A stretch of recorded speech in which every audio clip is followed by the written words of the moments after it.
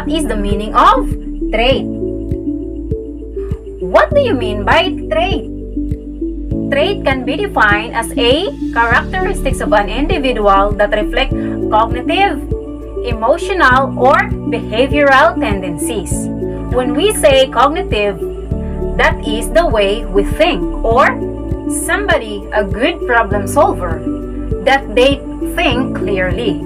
They can calculate the consequences of something. The emotional tendencies is they tend to have emotional reactions. Positive reactions tend to have negative reactions. Or what do they tend to do? Now, what do you mean by trait approach? The trait approach is one of the most vital areas of study in psychology that helps identify a person's personality. Now, let's go to the trait approach to leadership. Some traits are generally associated with people perceived to be leaders. However, no single trait is found among all leaders. Now, how this approach works? First is, it focuses on the leaders and not the followers. Second is, emphasizes that having a leader with a certain set of traits is crucial to having effective leadership. So, this is an important quality to be perceived by others as a leader. Leadership traits are intelligence, self-confidence, determination, integrity, and sociability. I will tell you the meanings of leadership traits. First is intelligence. That is having a strong verbal ability, perceptual ability, and reasoning appears to make one a better leader. And second is self-confidence. That is the ability to be certain about one's competencies and skills. It includes sense of self-esteem, sense of assurance, and belief that one can make a difference. Third is determination. It refers to the desire to get the job done. It includes initiative, perspective, dominance, and drive. Fourth is integrity. That is the quality of honesty and trustworthiness. Leaders with this ability inspire confidence in others because they can be trusted to do what they say they are going to do.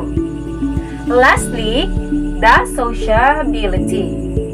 That is refers to the leader's inclination to seek out pleasant social relationships.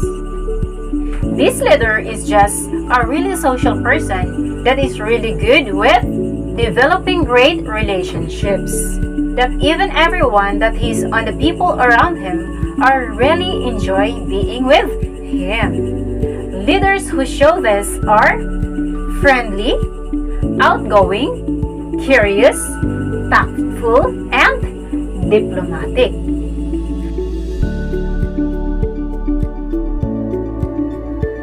Let us define first what is values and clarification. What is values? Values carry an individual's concepts of right and wrong, principles that guide our lives. They are designed to lead us to our ideal world. Values define what is worth, what is beneficial, and what is harmful. Values are standards to guide our action, judgment, and attitudes. What is clarification? Clarification, on the other hand, is defined as the identify and make clear what is important. Therefore, values and clarification is to identify and make clear what values are most prioritized within our life. Values in the 21st century. We have universal human values and other shared values.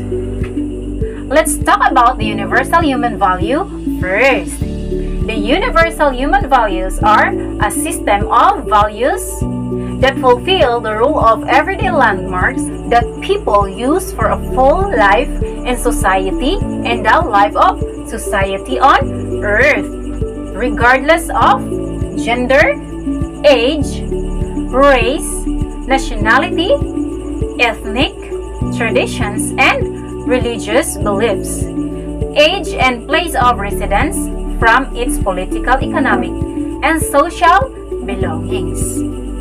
Now let's go to other shared values. Other shared values include wisdom, courage, obedience, peace, sustainability, and hospitality. According to Scan's report on 1991 about values, there are responsibility, self-esteem, sociability, integrity, and honesty. In 1997, Hoyt reported that values were growing. There are responsibility, integrity, honesty, autonomy, courage, compassion, courtesy, trustworthiness, truthfulness, benevolence. If you notice, it is related to my first report on the trait approach. According to the researchers, values clarification arose primarily from humanistic psychology and the humanistic education movement. These are the researchers: Gordon Alport, Abraham Maslow, Carl Rogers, Sidney Simon, and Howard Kirschenbaum. Everything we do, every decision we make, and course of action we take is based on our consciously or unconsciously held beliefs, attitudes, and values. This is what Simon S., Howe L., and Kirschenbaum, age 1995, saying. Now, what is values clarification? The central focus is values clarification helps people learn to become aware of their values in order to make choices and take action based on them. Valuing process: choosing one's beliefs and behavior, prizing one's beliefs and behavior, and acting on one's beliefs. Simon S., Howe L., and Kirschenbaum H. says that at every turn we are faced to make choices will be made on the basis of the values we hold.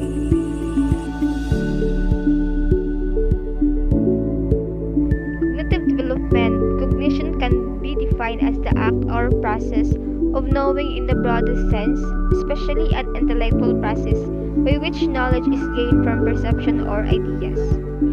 So what is cognitive development?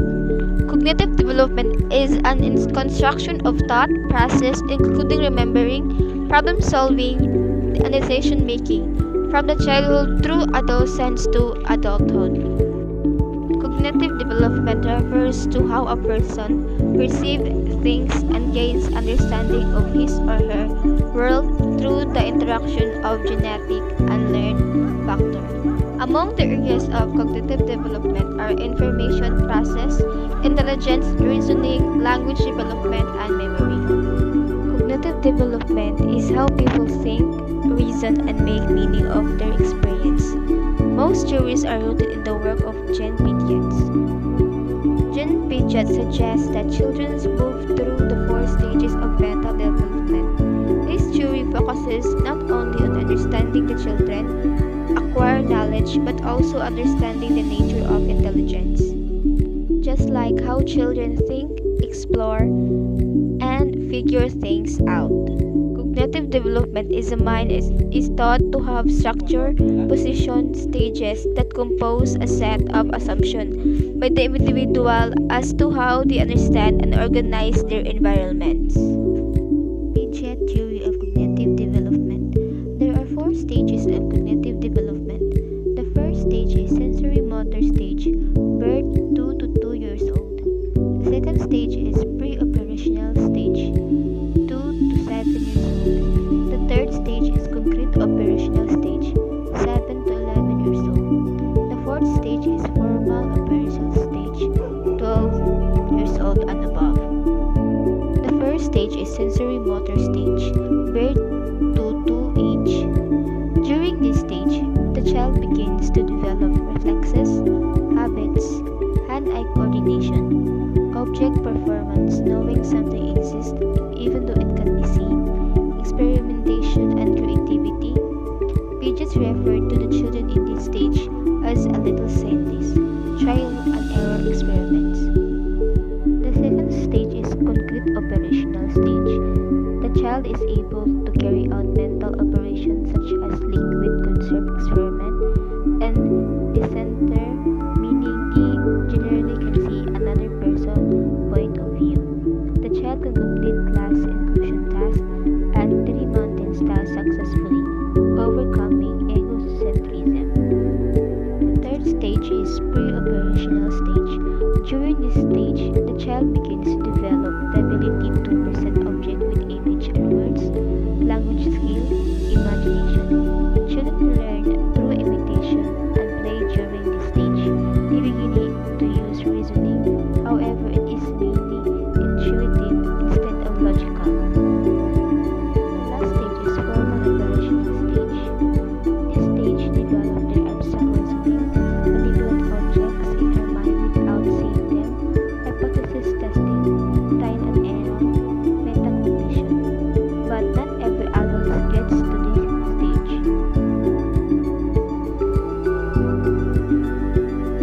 Okay, let's proceed to the fourth approach to values education, which is moral dilemma approach. So this approach is also known as moral development approach, in which educators adopting this perspective believe that moral thinking develops in stages through a specific sequence. So we have 6 stages by the work of Lawrence Kohlberg. So yes, so who is Lawrence Kohlberg? Okay, Lawrence Kohlberg focuses on how children develop morality and moral reasoning. So moral reasoning is also known as moral logic, in which it applies critical analysis to specific events, to what is right or wrong and what people ought to do in a particular situation. So for example, so an investigator ask you about on the incident caused by your best friend. So since he or she is your best friend, you must make moral decisions. So dapat kung magunahuna ka panigan banin nimo yung best friend or mutugan ka sa tinuod, like that. So Kohlberg's theory suggests that moral development occurs in a series of 6 stages. So we will further discuss these 6 stages later. And the theory also suggests that moral logic is primarily focused on seeking and maintaining justice. So let's proceed to the 6 stages of moral development. So these stages has 3 different levels. So each of the level has 2 stages. So these levels are the pre-conventional, conventional, and post-conventional. So stage 1 and stage 2 belongs to the first level, stage 3 and 4 belongs to the second level, and stage 5 and 6 belongs to the third level. So let's talk about first the first level, which is the pre-conventional level. So under this pre-conventional level, we have stage 1 and stage 2. So this pre-conventional level can be applied to child younger than 6 years old. So let's proceed to stage 1. Stage 1 is all about obedience and punishment. So this means that you must, or we or the children must obey rules to avoid punishment. For example, classroom rules. So nas ilang classroom rules is avoid quarrels with your classmates or avoid fighting with your classmates. So in that, they must follow that rule to avoid punishments. Punishments like sitting on the air or writing sorry. The stage 2 is all about self-interest. So self-interest means getting rewards in having favors returned. For example, you are a parent and you have noticed that naglaakit tayo mo sa mall, then you have noticed that your child likes that toy so much na nakita niya sa mall. So in that you must give her a favor or a condition kitay nga na imo siya ingnan nga kuan ako nang paliton if tagaan ko nimo og 3 stars nag-uli nimo from school, or ako na siyang paliton if you will finish your assignment today. The second level, which is the conventional level. So under this conventional level, we have 2 different stages. This level is applicable to 7 to 11 years old. Stage 3 is about interpersonal accord and conformity. So this is about avoiding disapproval or dislike by others. So these students or this child can be easily influenced by others in doing good. So for example, sa classroom, nanghilo tanan imong classmates, then ikaw wala ka nanghilo, so igo ra ka ni tan-awon, wala ka ni tabang nila, and then napansin nimo nga si teacher is happy or kanang gina-praise sila sa ilahang gibuhat. So in that, maka-sensed ka, hala, dapat mutabang sad ko or dapat ka nang manghilo sad ko aron malipay sad si teacher nako or aron ganahan sad si teacher nako. Stage 4, which is the authority and maintaining social order, means avoid criticisms by others. So for example, maintaining law and order to avoid judgments by others. So the next one is the last level of moral development, which is the post-conventional level that can be applied to 11 years old and above. So under this level, we have 2 different stages. So the stage 5 and stage 6. So stage 5 is all about the social control, which means the emphasis on individual rights. And stage 6 is about universal ethical principles, which means that it is guided by universal ethical principles. So for example, in a school, the principal or the head of the school explains the school rules and why they exist to further know the school personnel and understand the meaning of justice. By using different children's responses to a series of moral dilemmas, Kohlberg established that the reasoning behind the decision was a greater indication of moral development than the actual answer. So Kohlberg's view of human nature is similar to the presented in the ideas of other developmental psychologists such as Piaget, Erikson, and Lovinger. So in conclusion, this moral dilemma approach focuses primarily on moral values such as fairness, justice, equity, and human dignity. Okay, let's proceed to the 5th approach, which is the problem-based approach. So it is also known as problem-based learning. So this approach is a student-centered approach in which students learn about a subject by working in groups to solve an open-ended problem. So this problem is what drives the motivation and the learning. So why we must use problem-based learning? So a well-designed problem-based project provides students with the opportunity to develop skills related to working in teams, managing projects, and holding leadership roles, oral and written communication, self-awareness and evaluation of group processes, working independently, critical thinking and analysis, explaining concepts, self-directed learning, applying course content to real-world examples, researching and information literacy, and problem solving across disciplines. Then these are the considerations for using problem-based learning. So rather than teaching relevant material and subsequently having students apply the knowledge to solve problem, the problem is presented first.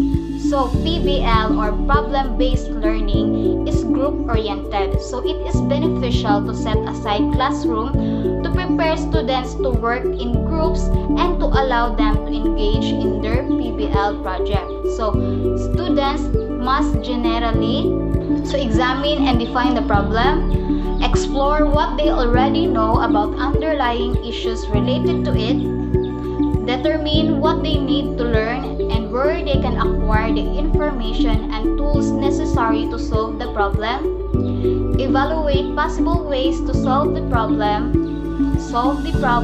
and report on their findings. So in getting started with problem-based learning, so the facilitator or the teacher must articulate the learning outcomes of the project, create the problem, establish ground rules at the beginning to prepare students to work effectively in groups. So introduce students to group processes and do some warm-up exercises to allow them to practice assessing both their own work and that of their peers. What is reflective teaching? Reflective teaching involves examining one's underlying beliefs about teaching and learning and one's alignment with actual classroom practice before, during, and after a course is taught. When teaching reflectively, instructors think critically about their teaching and look for evidence of effective teaching. So based from what I've read for reflective teaching, it is when instructors engage in reflective teaching. They are dedicating time to evaluate their own teaching practice, examine their curricular choices, consider student feedback, and make revisions to improve student belonging and learning. This process requires information gathering, data interpretation, and planning for the future. And for reflective teaching, we have the two examples, the self-assessment and the external assessment. For the examples of self-assessment, we have reflection journals. Reflection journals are personal records of students' learning experiences. These reflection journals is given by the instructors considering capturing a few details of their teaching in a journal to create an ongoing narrative of their teaching across terms and years. Scheduling a dedicated time during 5 or so minutes after class to write their entries will ensure continual engagement rather than hoping to find a moment throughout the day. The instructors write general thoughts about the day's lessons and might reflect on the following questions that are: what went well today? What could I have done differently? How will I modify my instruction in the future? Number 1 is the video recorded teaching practices. Video recorded teaching practices provides a shared record of teaching, allowing for more constructive and actionable meetings with your observer.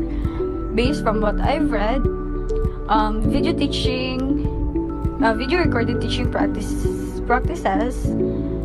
is where instructors may request a teacher to video record their lessons while conducting a classroom observation, or instructors can video record themselves while teaching and use a classroom observation protocol to self-assess their own practices. And for the examples of our external assessments, we have two as well. First one is student evaluation. So student evaluation is an assessment by learners of the service provided by the institution, be it solely of the classroom's experience or of all aspects of the learning experiences. So based from what I've read, student evaluation is important. We have the prelim, the midterm, semis, and finals. In many courses, instructors obtain feedback from students in the form of what I've mentioned earlier, the prelim, midterm, semis, and finals. Because of potential bias, instructors should consider student evaluations as one data source in their instruction and take note of any prevailing themes. They can seek out other ways to assess their practices to accompany student evaluation data before taking steps to modify instruction. They will also conduct small group feedback sessions with an instructor's students to provide non-evaluative, anonymous conversation notes from students in addition to the traditional survey format. If instructors are interested in sustained feedback over time from a student perspective, then they can also participate in the Pedagogical Partners Program. And second one, we have the peer review of teaching. It is simply the process of having a colleague review one's teaching and provide feedback.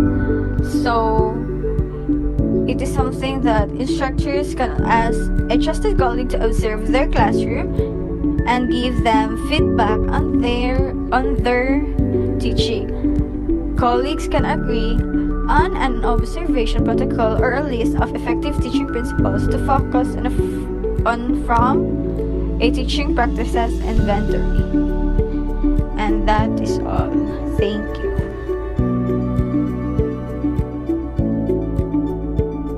What is role-playing? Role-play is a classroom activity in which learners take on roles and act out an imagined or real scenario. For example, students take on the roles of characters in a novel that they are reading. So in a role-play, pwede sila mahimo kung unsay gusto nila. Pwedeng mabumbero, doktor, magubaon pa.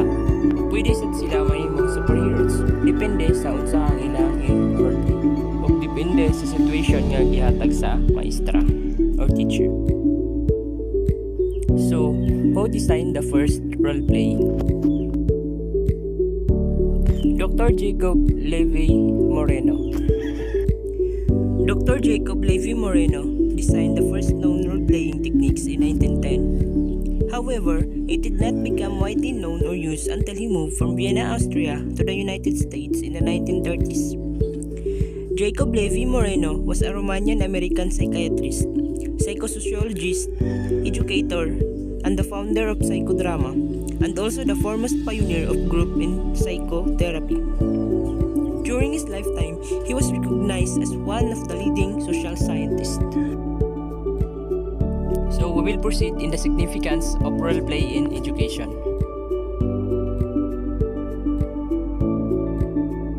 First is encourages creativity and imagination. Pretend play helps children naturally develop and use their cognitive abilities and skills. So sa role-play, ma-develop ilang creativity and imagination. So bata pa lang sila, naka-experience na sila og unsa man ang naa sa real world by the helps of the role play.